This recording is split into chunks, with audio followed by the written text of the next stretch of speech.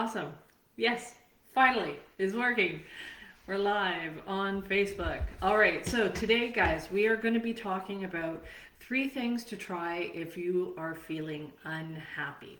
And so today, as you can see, I am super, super late, but I've been really busy selling off some of my artwork. I've been auctioning this off and a bunch of other things. So it was a major project, and I was really excited about kind of doing some things that I hadn't done in a while. So I was really excited about that today, and I'm feeling very accomplished, even though it's super late and I should be exhausted, I should be tired, but I'm not.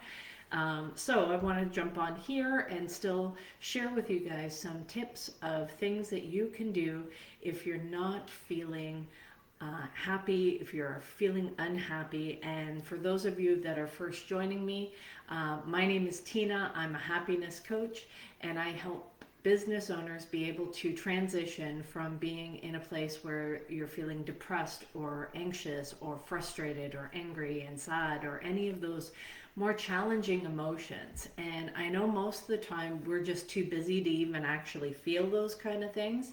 But when we slow down long enough, then all of that stuff catches up with us. And so the stuff that I share on this channel is to help you move through those feelings and actually get you to the other side where you don't feel weighed down by that, and you're not just putting on a happy face, you actually feel happy internally. This isn't just smile and nod for the camera, because we know far too often that's something that we just have to do to get through the day. Yes, this is all my art. Well, not all of it, but this is some of it. But I've sold quite a few pieces today. So really, really excited about that. And excited to go buy some more canvases and top that up. So, three things. So number one is when I've had times where I have felt where I either don't want to do the thing that I'm doing, I'm upset, or I'm depressed, or any of those kind of things. You live in Montreal, I'm in Ontario. So, and you're up late too. So, when you're feeling those kind of down feelings, when you are feeling upset and you're just kind of like, things aren't really going very well, one of the things that I'll do, especially if I find that the thing that I have to do is maybe feeling, or I feel overwhelmed, I feel unable to, like I don't have a clear picture of exactly what it is I need to do to solve the problem. And so sometimes you get that feeling of being stuck, and that oftentimes will make you feel unhappy. So what I will do is sometimes I will take a step back. And what I mean by that is I will do a task that is a little bit easier. I've done this many times in both my personal life and my professional life. I'll take that step back. And a friend of mine, she had quoted this saying to me a long time ago when I first started in therapy and recovery. And she had said, sometimes you have to take a few steps back before you can clear that next hurdle. And I've also heard of it is like being able to gain that clarity. Imagine if you're standing with your face, like you're looking around, you're like, oh, this is all I can see. You're too close to the problem, so you need to get out of the weeds. You need to step back and kind of go do something a little bit easier. So what I mean by that, so some examples of this is, so as a leader, as a manager and stuff like that, there have been times in the business where I feel a little bit overwhelmed or whatever. And so sometimes what I'll do is something that is a little bit more of a mundane task. So it might be updating a spreadsheet, it might be going through some emails. Although emails can be a little bit challenging because you could read that next email and it gets you all fired up and gets you upset. Hey, Gabe, good to see you. Welcome back. So emails is one thing, but what I'll do is I'll do a task of like organizing something, and it's got to be a small task, and it's got to be something that has a completion that you can kind of get done.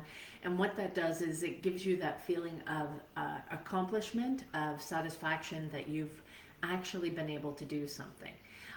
In a personal situation, what I might do is I'm feeling frustrated, or I'm feeling down, or I'm feeling unclear about what it is that I need to do, is I will go do something that is a mundane task, like doing the dishes or folding some laundry, or just just to get something. First of all, it gets you physically active, and then it also takes your mind off of it because you're doing this other task. You get that completed, it gets something off of your list. So it's kind of like, I call it an active meditation, right? So some people, they're good at being able to just sit and do that meditation. I find that I will let my thoughts just flow, not trying to really stop them or think about them too deeply, but I will just go do something that's actually productive. Worst case scenario, I come out of it that I've accomplished something, I've gotten it off my list, especially if it's something that I've been putting off. So that can really uplift you and really shift your mood from being in one of those more challenging emotions to moving into something where you feel much more positive, uplifted, and happy. And so that is number one thing that I will try is, take a step back and then go do something that's easier. Another thing that I've done, so like in sales, when I was taking closing calls and stuff like that, sometimes it was actually fun to just go out and make those initial contacts in the outreach, in appointment setting kind of thing. And I would just go and greet the people in the Facebook group and stuff like that. And I was like, hey, this is so much easier than just. So it's kind of like doing that step down thing of something that you've done before, that you know that you're really competent in, and that you can do very easily. What that will do is it'll shift your focus, it'll give you that feeling of accomplishment, and then you can take that next step forward. And then with fresh eyes, you can take a look at whatever it is that you were struggling with before, and then you can come back to this as, with renewed optimism and happiness. And you will often see things that maybe you missed before because you were too focused on the problem. So it's that taking that step back and going and doing something else that's productive, and then coming back to whatever the challenging thing or the draining thing that you have to do, because we all have draining tasks in our roles, whether we're a leader or not, whether we're a worker or entrepreneur, it doesn't matter. We all have aspects of our roles that we would rather not do, but we know they're a necessary evil, right? They need to get done. So it's a matter of doing that. Sometimes what I'll also do is whatever those hardest things are, I will go and get those done out of the way first, and then come back and then do the easier things when I have less energy, right? But usually just getting things done, I feel much more accomplished anyway. So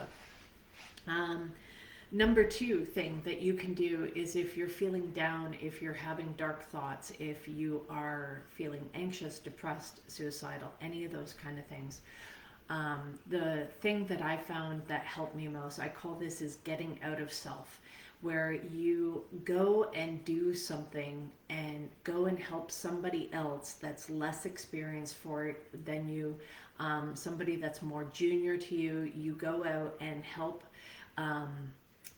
And I do this as a way of helping people. So you can do the direct approach, but I have another one too, is go out and do an act of service without getting found out. And if you get found out, if somebody knows that you've actually done that good thing, then it doesn't count and you have to do something else. So this is an act of service that nobody else knows about except you. That's it. So if you get credit for it, or if somebody else is like, oh wow, I can't believe that you did that for you. No, that doesn't count. You have to do something else. So challenging yourself with that kind of perspective, that kind of task, will definitely shift your mood. And you'll be surprised at just how often people find out that you've done something nice and you're like, damn, now I got to go do something else, right? But it's a really good exercise, and it's a win-win for everybody, because not only do you get to help somebody out, even if somebody finds out that you've done it, it's even if you fail on that task, you actually win, right? And so does the person that you actually helped. So, and we put that constraint in it because what we don't want is that, well, I did this for you, now you need to do this for me. We're not doing that kind of tit for tat, that kind of exercise. You definitely want to be able to do this in a way that it's just for your own personal satisfaction, and that you know that you've done something positive for somebody else. And that, I think, is one of the things that will shift me out of a dark place a lot faster. And then the third thing that I will do is I will gamify. Like if I'm like, oh man, I don't want to do this and I can barely stay awake, it's just draining me, and I don't let. Sometimes when you end up having to do some of those more administrative tasks, or these things that you just don't want to face or look at, what I will do is I will gamify it, especially if I know I've got a long haul to go on it and I have to do this for the next 4 hours, 5 hours, or something like this, and I really have to stick with it and focus. What I'll do is I'll take one of those things, whether it's making a bunch of phone calls, whether it's updating a spreadsheet. I will challenge myself to say, how can I do this faster? What is it like, and I will time myself and I will test myself, and it's like, okay, did that work to go faster? Did this work better? Okay, now let's try this up. Okay, did this way work better? It just allows something to be a little bit more interesting. It takes some of that drag out of the situation, and I find that I feel a lot more happy when I take those mundane things and I gamify it and I challenge myself. Okay, well, how many can I do in that time frame? What is it, that I can do it faster? Can I do this in different ways, right? And so looking at those three things have always been good ways to shift that mood, shift that perspective into something that's much more positive, much happier for you. And then one bonus thing, of course, is always feeling grateful for the things that you have. And of course, it's much easier to feel grateful when things are going well. It's much harder to do it when you're having challenges. But just even finding the smallest thing, whatever that may be, and it's not so much about writing it down. In fact, I find it much better to hold it in my head and hold it in my body and my heart, rather than writing it down. Because for me, when I go to write things down, that is a way for me not to have to actually remember it. But if I keep it in my mind and I cultivate and I attach that feeling to it and truly feel that gratitude, then I get to hang on to that happiness. Whereas if I just write those things down, 5 minutes later I'll forget about it. I won't, because that's a task, that's a way that I've been able to help clear up disk space in the brain, I guess, of just being able to say, okay, I don't actually have to remember this. But when it comes to gratitude, I prefer hanging on to those emotions and truly feeling them to the fullest in that moment. And being able to hang on to that allows me to feel a lot happier. And it's not a reminder list then that I have to go through and I have to go, oh, well, I'm happy for this, I'm grateful for that, blah, blah, blah, blah, blah. No, I'd rather hold on to and cultivate that feeling deeply within myself and really feel that gratitude, whether or not I write things down. So being able to do that has helped me shift into that happier mode.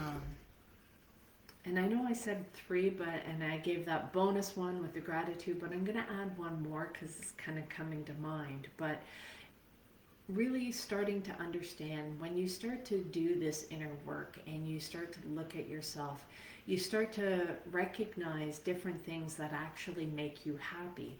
And for me today, it's like because I was doing all this auction stuff, I had like over 160 items that I had up for auction. So I had to pull out and dust off some of the old skills that I hadn't used in a while. So that was pulling out an Excel spreadsheet. It's kind of like a project management. I had to talk to multiple people. I had to juggle a bunch of different things, and it was kind of like, oh man, I know this is probably an adrenaline rush or something like that, and doing that over a long period of time will cause some fatigue, that's for sure. But today it felt good to be productive. It felt good to be useful. And so, whenever you can do and you can find something that you are really good at, that you know that you're really good at, and then just do that for a little bit, just to kind of remind yourself, because especially if you're struggling with something that maybe you haven't developed the skill in fully the way that you want to, maybe you're having a hard time with it, maybe you're doubting whether or not you can actually do that, take that step back. Like, so example, say you're a restaurant owner and you love to cook, you love to do all of those kind of things, and that's why you decided to open up a restaurant, because you're passionate about food, you love dealing with making people happy when you feed them and all that kind of stuff. But maybe you're in this phase where you're stuck and you're kind of not feeling because you're so stuck in running the day-to-day business that you don't get as much enjoyment out of what it is that you're doing, because there's all this other stuff that you have to do to kind of run the business. And I remember doing this when I was doing cake decorating, right? So I had a little cake decorating business. It was a side hustle. But I loved being able to make the cakes and decorate them. And then it got to the point where it's like, at first I enjoyed making the cakes from scratch and stuff like that, but then after I mastered the recipes, then it became dull and routine and stuff like that. So then it became a little bit more tedious, and I would have preferred just to be able to jump to the decorating phase, right? And because I love the art part of it. And then I came to realize that I prefer the art part of it so much more. However, I also did like the kudos of when people actually tasted the cakes, they really enjoyed them. So I had those kind of things. But there was all the other stuff in the background that I had to do, of tracking numbers, keeping invoices, receipts, and doing the dishes from the and at that time I was running the cake decorating business. I had no dishwasher, so I was doing all this by hand. So, and I was in a very small cramped space. And sometimes when you're put into these more challenging environments, it pulls out this other creative side of you, and forces you to kind of do things that you maybe didn't think that you could do. But because you're in a situation, you have to figure out a way. So like example, when I was first doing my cake decorating business, I only had a couple of sets of pans. I was just starting out. I didn't have a lot of fancy tools and all of that kind of stuff. So I had to get really creative as to how I was going to make like different templates, different shape cakes. So one of the cakes that I got asked to make was a Beyblade cake. And at the time, I didn't even know what the heck a Beyblade was. And I had to do research on that. I'm like, what is a Beyblade? And it's this spinning toy thing that kids would play with. And I was like, oh, okay. Now I understand this. And I figured out how to do this, but I only had these like 8-inch round pans. And I'm like, how am I going to get them to be shaped to look like this thing? And so I started out, I had pieces of paper and I cut out templates, and then I cut the cake into those shapes, and then I covered them with fondant and stuff like that. And I had this huge cake board and everything. And the little boy that I made the cake for was over the moon happy, and they shared pictures with me of him having his birthday party at the movie theater, and all the other boys were so impressed with the cake that he had for his birthday.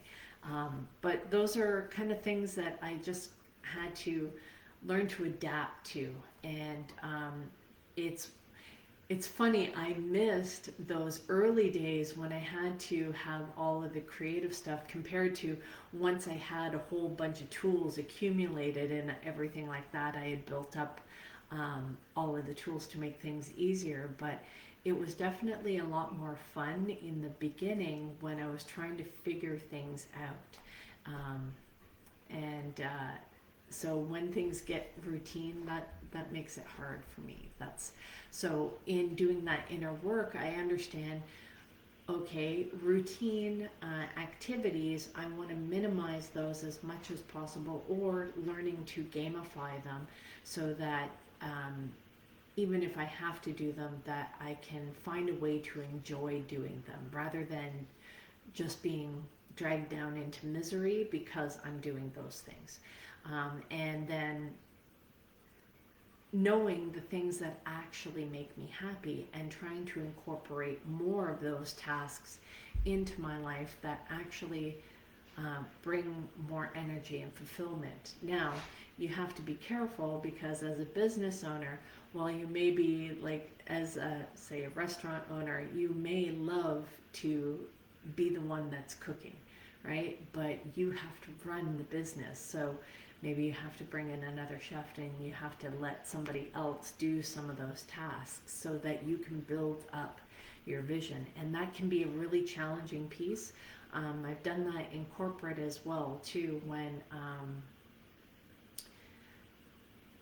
going from the employee and then moving up to more the supervisor or manager kind of role, where you can't just do your day-to-day tasks. You have to look over everything else. You have to spend more time thinking. You have to spend more time managing, and especially for women, it's sometimes easier. And I know we get caught into this thing. It's like when somebody has a problem, instead of helping them through the process so that they understand what it is that they need to do, sometimes it's easy for us to just jump in there and go, well, here, let me just take a look at this and I'll jump in. And having that patience and learning to exercise that patience so that you can allow them to go through the process so that you're not having to jump in. And it can be so tempting to be wanting to be the one to jump in and fix things rather than helping the other person learn those skills, because as a business owner, as a leader, you have to make sure that your team is up to speed and they are capable and competent, and you don't want to rob them of that experience, of that growth, right? And while it may take a lot more time on the front end, it's definitely a huge reward, especially when you get more pressed for time. And now you have people that you can rely on to be able to step up to the plate and help, rather than you just jumping in and always helping them. So your number one goal as a leader, as a business owner, is to make sure that you are replaceable. And that can be really, really challenging to allow yourself to be that. To know that you are replaceable, that the business should be able to run without you. And when we get our value from the things that we do and that sense of accomplishment, it requires a different level of growth and a change in your identity to be able to adapt to the new ways. So, Katie, she's bringing me a toy. So, yeah, so that is the talk. It started out with 3 things and I gave you 2 bonus things. So Take a step back and do a task that's easier. Number two is get out of self, help somebody that is more junior to you. Number three is gamify any mundane tasks that you have. Of course, all of this stuff requires that you have some clarity, you have some certainty, you have some gratitude as well. Gratitude is the fourth thing. Practicing that will help shift the mood into something that is much happier. And then the fifth one is, and I just drew a blank. um,